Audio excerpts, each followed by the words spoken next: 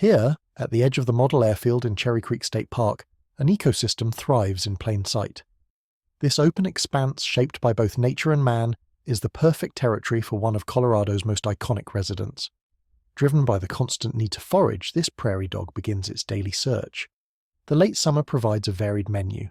It's not just the grass itself, but the tender, newer shoots at the base, and the protein-rich seeds of various forbs that it seeks. Its senses are finely tuned. Smell and touch guide it to the most succulent plants. Life in a town, as their colonies are called, is a community effort, but each individual must pull its own weight, gathering enough energy to sustain itself. But foraging is an act of calculated risk.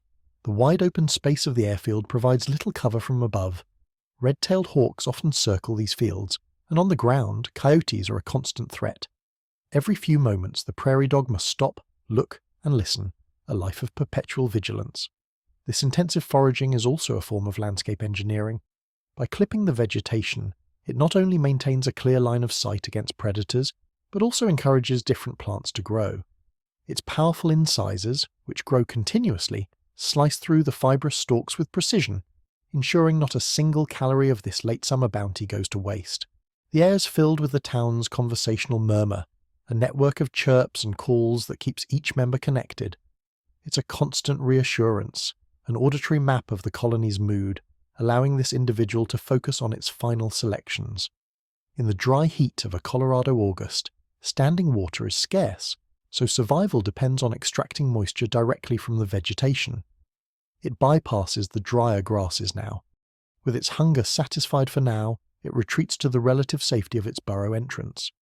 These cleared mounds aren't just displaced dirt, they serve as excellent lookout points and protect the tunnels from flooding. And now, a moment of rest. The sun's angle is low, its warmth less intense but still potent.